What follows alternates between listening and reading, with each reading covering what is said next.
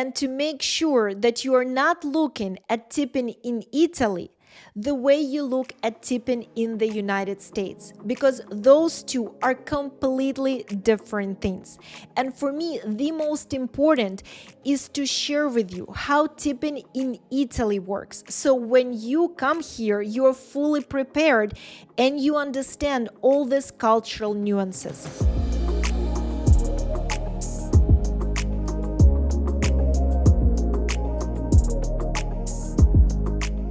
Fabulous people, welcome to the podcast for all the babes who create their own life trends. My name is Anastasia, and this podcast is all about inspiring you to relentlessly pursue your biggest dreams and live your most authentic, abundant life. How much should you really tip in Italy? It's one of the most common questions I get, and the answer might surprise you. The truth is, tipping in Italy is not as straightforward as many travelers think. I've seen everything, from people leaving American-style tips to others walking out without leaving anything, and both thinking they did it right. So, what's the right answer? In this episode, I'll break down exactly how tipping in Italy works, where it's appreciated, when it's unnecessary, and how to navigate it with confidence and cultural awareness. By the end of this episode, you will know exactly how to handle tipping like someone who truly understands Italy, gracefully, respectfully, and without second-guessing yourself. Now let's begin with one of the biggest myths about tipping in Italy, that you should tip exactly as you would in the United States. Now, this is still not the case, but things are slowly starting to change. In the past, no one in Italy expected a tip. It was simply a gesture of appreciation if you decided to leave one. But in recent years, especially in places like Rome, Florence, Venice, and the Amalfi Coast, you'll notice a quiet shift, with more tourists tipping like they do back home and some businesses starting to adapt to it. Some restaurants are beginning to add a service percentage directly to the bill. Some taxi drivers forget to offer change back, and others might linger just long enough to make you wonder if you're supposed to leave something extra. So the truth is, Italy's tipping culture is not black and white anymore. It is a mix of old traditions and new habits shaped by tourism. And that is why so many travelers get confused. And you can see it online. People nowadays argue often, and some people are saying you should never tip in Italy, while others saying that you should always tip in Italy. And in all honesty, both can be true, depending on where you are, the situation you're in, but most importantly, on you. That's why it is so important to understand the context. What's cultural, what's optional, and what's become the new normal in tourist-heavy places. Let's start with the most confusing one, restaurants in Italy. When you sit down for a meal at a restaurant and you open your menu, a lot of times in that menu you will see a small charge called Coperto. It is a per person fee, and it is pretty much charged for the use of a table, for the table setup, linens, and silverware. Then in some restaurants, especially in popular destinations or high-end places, you might see a Servizio charge. This is the actual service fee, and it means the tip is already included. You're not expected to leave anything on top of that unless the service was truly exceptional. Now, if there is no service charge on the bill, in this situation, most Italians would simply round it up. So for example, if your bill at a restaurant was 48 euros, they would round it up to 50. And they would leave that tip in cash on the table, in cash or in coins, because in Italy, still in most places, you cannot add a tip on the card. So that's it. That is how most Italians would handle it. No calculating percentages, no overthinking. Now here, I want to pause for a second and mention something important. Remember how at the beginning of this episode, I was telling you that things are slowly starting to change in Italy. And that is exactly where I see change the most, especially in the most popular destinations like Rome, Florence, Venice, the Amalfi Coast. In these destinations, in high-end restaurants, I noticed that they are starting to add the tip directly to the bill. And usually the way they do it is a percentage of the total bill, the way we do it in the United States. Guys, I still cannot believe that this is happening in Italy. And in one of my previous podcast episodes, I actually shared with you how Pierre and I recently went to one of our favorite restaurants. We've been going to that restaurant for years. And after we had a meal there, a hostess, not a waiter, a hostess, brought a bill and she said, "I hope you don't mind, but we already added a 15% tip directly to your bill. But if that is not okay with you, of course, we can certainly change the percentage." And that was very, very surprising to us because I've been living in Italy for over a decade, as most of you know. And this is truly the first time something like this happened. But I've noticed that they're now starting to do this more and more often in different high-end restaurants and different destinations, especially the most popular ones. So I'm not going to be surprised if more and more restaurants and trattorias in different places around Italy are going to pick up on this trend. And of course, I will keep you posted, guys, but I do see how things are slowly starting to change in Italy. This would have never been the case, even a few years ago. And that is why it is so surprising to see this kind of things happening in Italy, where a tip was never expected. It was always just a gesture of appreciation. Now, when it comes to tipping in cafes in Italy, things are more relaxed. If you have your coffee standing at the bar, no tip is expected. But if you sit at a table and a waiter serves you, rounding up the bill or leaving 1 or 2 euros is always a nice gesture. So the best way to think about tipping at restaurants in Italy is this. It depends on the setting. In small local trattorias, it's still just a friendly gesture. But in some popular destinations or fine dining restaurants, you'll often find the service charge already included. And that's your tip right there. Just check your bill before adding anything extra. Now let's talk about taxes, one of my favorite topics in Italy. When it comes to tipping taxes in Italy, there is no need, absolutely no need to calculate percentages or overthink it. Italians typically round up to the nearest euro or leave an extra euro or two if the driver helps with your bags.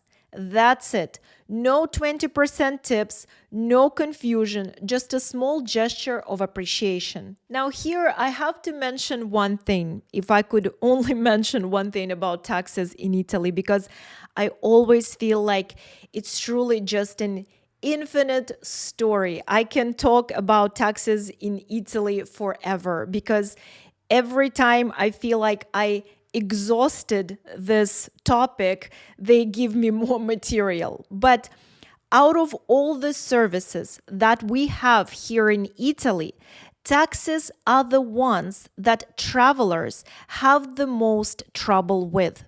And rightfully so. Now, I'm not telling you to never take a cab in Italy, But if you do, you must be firm.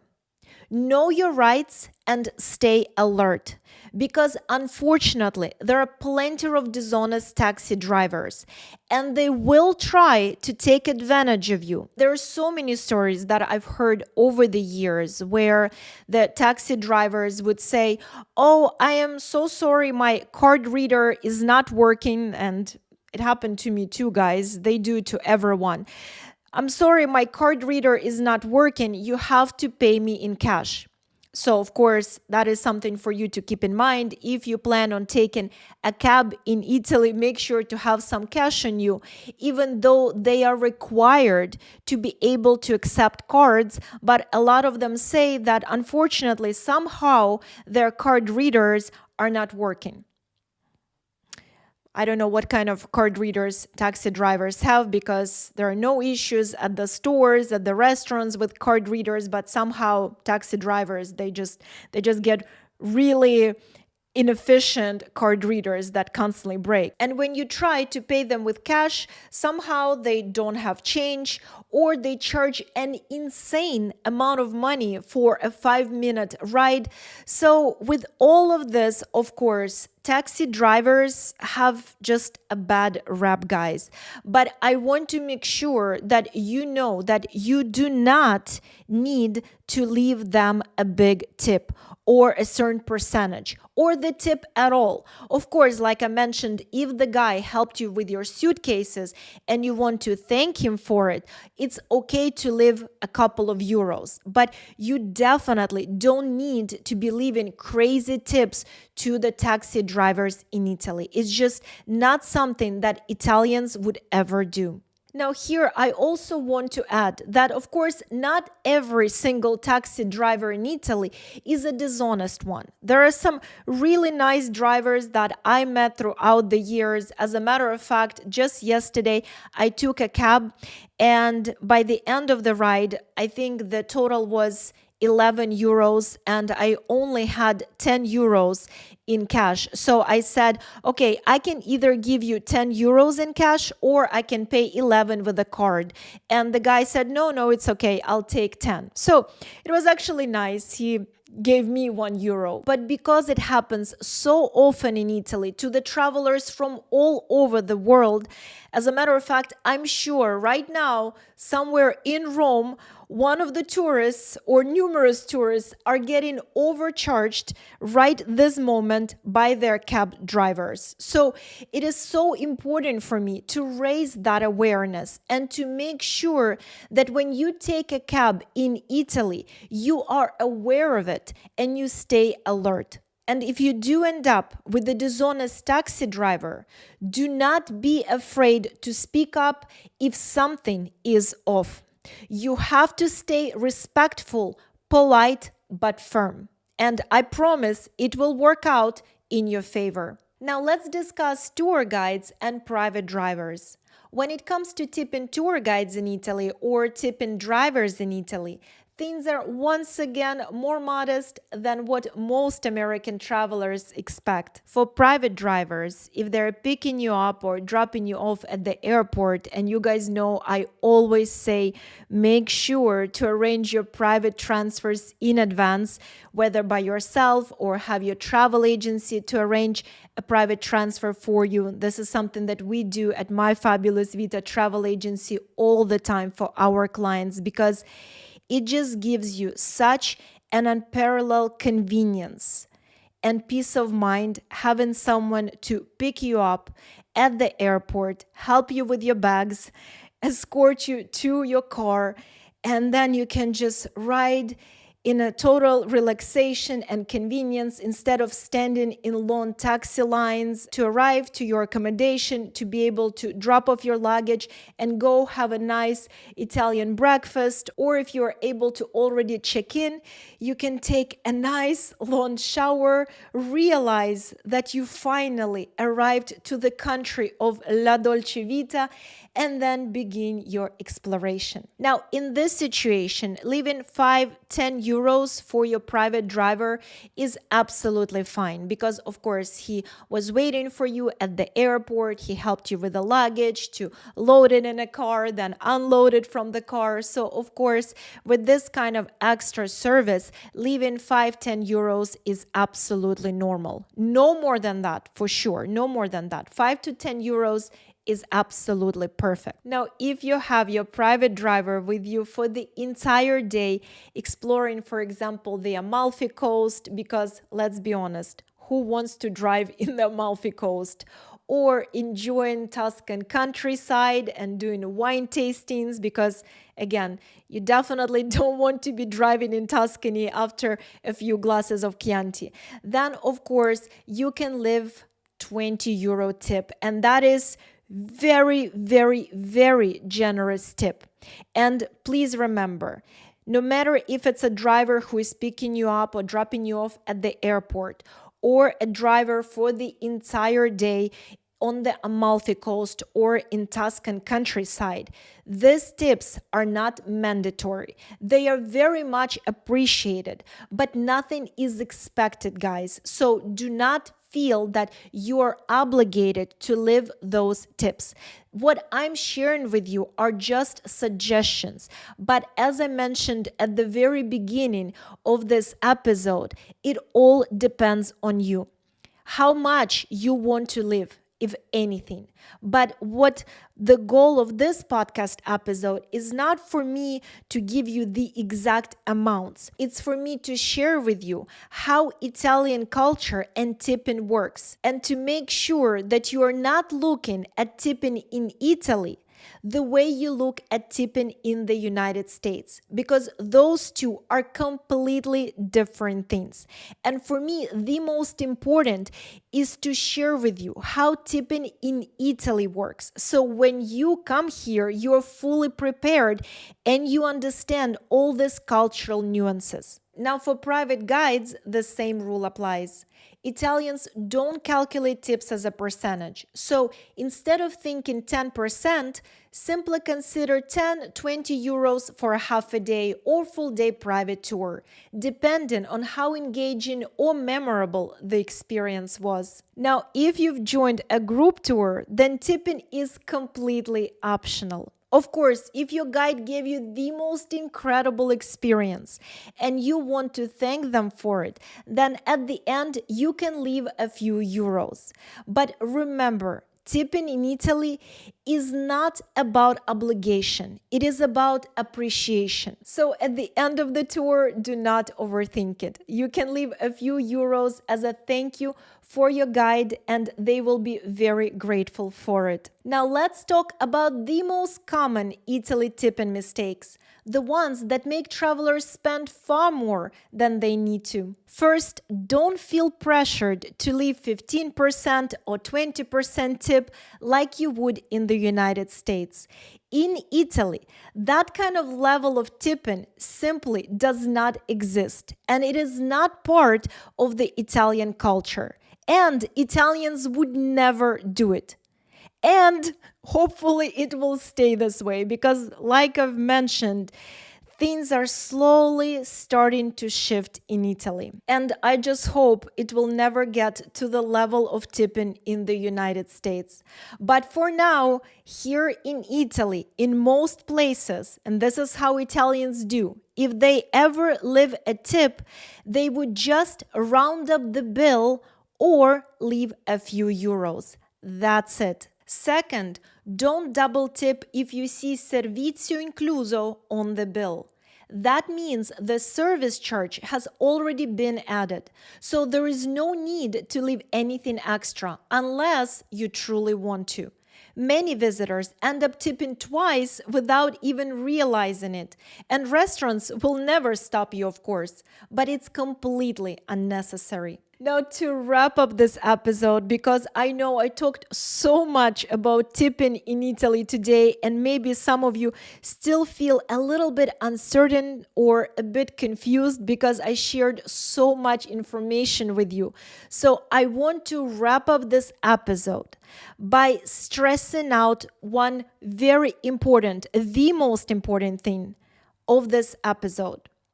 Tipping in Italy is never about obligation. It is about appreciation. Here, you don't have to calculate percentages like you do back in the States.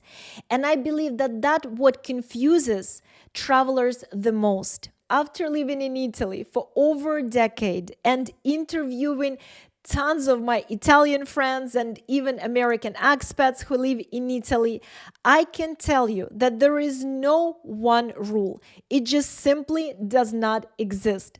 But what everyone told me, and this is kind of the same thing across the board, is that in Italy, Anastasia, we do not tip like Americans. That is literally the theme of every conversation that I had before recording this podcast episode. It's completely normal here to leave a restaurant, a cafe, or even a taxi without leaving anything extra. When Italians do tip, it's usually just to round the bill or leave a couple of euros as a simple thank you. And prior to recording this episode, I even asked Pierre. I said, Pierre, what is your take on tipping? And he said, Anastasia, you already know. As someone who is raised and born in France, that is just not part of our culture. That is not something that we do. And I honestly started tipping only when I started dating you. So here we go, guys. American culture even rubbed off on French native. What can we do with ourselves? I don't know, guys. Even after living in Rome for over a decade and working with hundreds of travelers, mainly from the US, through my Fabulous Vita travel agency, it is still so hard for me to live without tipping. This is something that has been installed in us. But now what I do understand is that tipping here is not about obligation. It is about appreciation. So I don't calculate percentages anymore. I don't leave crazy big tips for no reason. What I now do when someone gives me the most incredible service, I always make sure to leave extra as a token of appreciation. But it is no longer me sitting there trying to calculate percentages, overthink, hesitate. I don't do that anymore. But I'm going to be honest, it is very, very hard for me to leave a place without leaving at least something. This is just, I think, installed in us as Americans forever. And of course, I would absolutely love to know, be honest, do you feel guilty leaving a restaurant, a cafe, or any kind of place in Italy without leaving a tip? Or you can simply get up and go without feeling any obligation. I would absolutely love to know. Please share with me and the fabulous community. And of course, I already cannot wait to talk to you in my next episode. And if you're just as passionate as I am about exploring this incredible world, don't just listen, join me. Make sure to smack that subscribe button, whether you're listening on YouTube, Apple Podcast, or Spotify. Let's explore this beautiful world together, one unforgettable story at a time. This is Anastasia signing off from Rome. I'm so looking forward to talk to you in my next episode. Until then, and always, stay fabulous.